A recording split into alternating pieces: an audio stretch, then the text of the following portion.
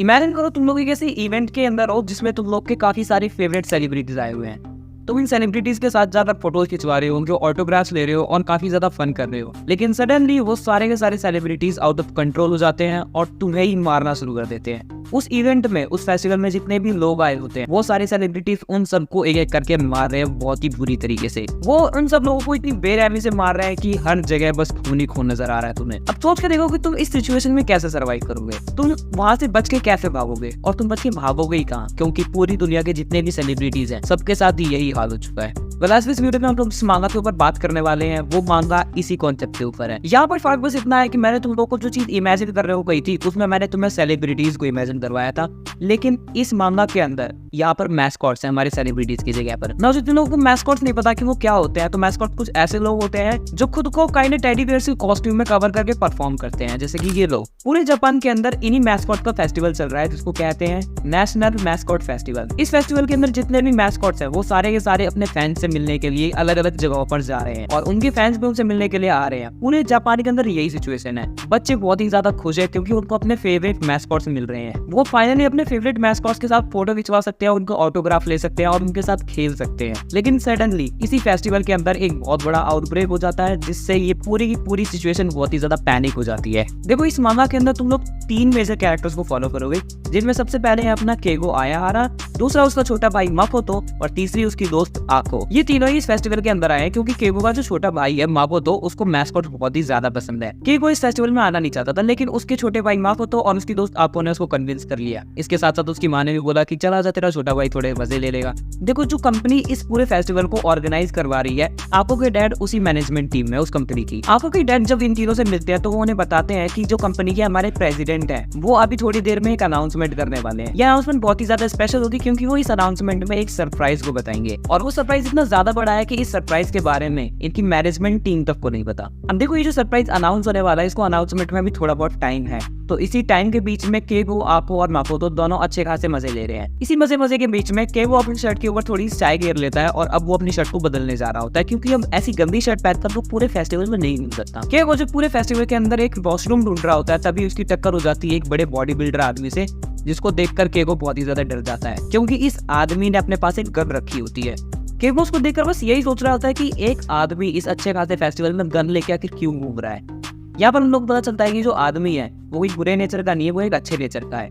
यहाँ तक कि जब वो केगो से टकराता है तो खुद कहता है कि सॉरी, मेरी गलती है, मैं देख के नहीं चल रहा था। इसके बाद अगले पैनल में हम लोग एक बहुत ही शॉकिंग चीज देखते हैं, और वो ये थी कि जो कंपनी के प्रेसिडेंट हैं उसको किसी ने मार दिया, उनकी किसी ने खोपड़ी खोल दी है। अब ये चीज जब उनकी टीम के एक मेंबर को पता चलती है तो वो अपनी पूरी टीम को ये चीज बताने जा रहा होता है। जिस कमरे में उसकी पूरी टीम रुकी हुई है, जब वो उस कमरे में पहुंचता है तो वो देखता है कि उसकी पूरी टीम को एक मैस्कॉट ने मार दिया है। या दूसरी तरफ फेस्टिवल के अंदर आको और माकोतो दोनों एक साथ बैठे हुए हैं। माकोतो को एक छोटा सा मैस्कॉट दिखाई देता है जो उसको काफी ज्यादा क्यूट लगता है, लेकिन वो मैस्कॉट माकोतो से दूसरी डायरेक्शन में जाना शुरू कर देता है और उसको देखकर माकोतो उसको फॉलो करना शुरू कर देता है। जब माकोतो उस मैस्कॉट के पीछे जा रहा होता है तो उसको रोकने के लिए आको भी उसके पीछे चली जाती है क्योंकि अगर माकोतो अकेला गया तो कहीं ना कहीं इस भीड़ में गुम हो जाएगा। और जैसे ही आको माकोतो के पीछे जाती है वही सडनली एक अनाउंसमेंट शुरू हो जाती है। इस अनाउंसमेंट की आवाज शुरुआत में इतनी पैनी होती है कि वहां पर जितने भी लोग थे सबके कानों में चुभ रही होती है। इस अनाउंसमेंट को उस फेस्टिवल के अंदर जितने भी लोग होते हैं वो सब सुनते हैं। वही दूसरी तरफ जो अपना केगो है जो अभी तक वॉशरूम ढूंढ रहा है, उसको अभी तक वॉशरूम नहीं मिला, और इसी बीच में वहां पर भी अनाउंसमेंट शुरू हो जाती है और वो वहीं रुककर अनाउंसमेंट को सुनने लगता है। अब इस अनाउंसमेंट में जो आवाज थी उस आवाज को सुनकर काफी सारे लोग शॉक हो जाते हैं क्योंकि जो कंपनी के प्रेसिडेंट है उनकी आवाज इतनी यंग तो बिल्कुल भी नहीं है। अब इस आवाज ने अनाउंसमेंट में बोला, lies are the thing that make human body function, lies are beautiful and mascots are such beautiful lies that human have created. उसने कहा कि झूठ वो चीजें हैं जो इंसानों से काम करवाती हैं, मतलब ह्यूमन बॉडी को फंक्शन करने के लिए जो चीज जरूरी है वो है झूठ, और मैस्कॉट्स बहुत ही प्यारे झूठ हैं जो इंसानों ने बनाए हैं। इसके बाद उसने ये भी कहा कि उसने इन झूठ को सच्चाई में बदलने का एक रास्ता ढूंढ लिया है, और ये जो पूरा मैस्कॉट फेस्टिवल है वो अब इटर्निटी तक चलता रहेगा, और इस मैस्कॉट फेस्टिवल में जितने भी लोग आए हुए हैं वो सब इंजॉय करें। और हाँ, जो सरप्राइज अभी थोड़ी देर में अनाउंस होने वाला था वो कुछ ही देर में सब लोगों के सामने होगा। या दूसरे पैनल में हम लोग ये देखते हैं कि जो छोटा वाला मैस्कॉट माकोतो को अपने साथ कहीं दूर लेके गया था, वो माकोतो को एक सुनसान सी जगह पर जाकर रोक देता है, और माकोतो के रुकते ही वो माकोतो पर अटैक कर देता है। और वही दूसरी तरफ जब ये अनाउंसमेंट खत्म हुई तो पूरे फेस्टिवल के अंदर जितने भी लोग थे वो ये चीज समझ नहीं पा रहे थे कि अनाउंसमेंट आखिर किस चीज के ऊपर थी, इस अनाउंसमेंट में ये आवाज किसकी थी और वो कहना क्या चाहता था। और जब ये सारे लोग ये सारी चीजें सोच रहे होते हैं तभी उस फेस्टिवल में जितने भी मैस्कॉट्स मौजूद हैं वो सारे पागल हो जाते हैं। ये सारे मैस्कॉट्स अब बेकाबू हो चुके हैं और ये ह्यूमंस पर अटैक करने लगे हैं। ये बहुत ही बुरी तरह से लोगों को मार रहे हैं, काट रहे हैं, उन्हें खा जा रहे हैं। ये इतनी बेरहमी से लोगों को मार रहे हैं कि लोगों की बॉडी के 2 टुकड़े हो चुके हैं, एक इधर पड़ा है, एक उधर पड़ा है। हर जगह तुम्हें ग्राउंड पर बस खूनी खून देखने को मिलेगा और ह्यूमन फ्लैश देखने को मिलेगा। इसी की तीसरी तरफ जो अपना केवो है, जिसको अभी तक वॉशरूम नहीं मिल पाया, उसके ऊपर भी एक मैस्कॉट अटैक करने वाला होता है, लेकिन समहाउ वो मैस्कॉट से बच जाता है। और अब उसको पता चल चुका है कि ये सिचुएशन काफी ज्यादा भयंकर है और उसको आपो और माकोटो को ढूंढना होगा, क्योंकि इन तीनों में सबसे बड़ा वही है और उसकी जिम्मेदारी बनती है इन दोनों को बचाने की। या दूसरी तरफ मेरी आपो, जो कि अभी अकेली खड़ी हुई है, उसके ऊपर भी एक मैस्कॉट अटैक कर देता है, लेकिन उसको उस मैस्कॉट से बचाने के लिए एक आदमी आ जाता है और वो उस मैस्कॉट पर गन से शूट कर देता है। ये आदमी वही जिससे थोड़ी देर पहले अपना केगो टकराया था।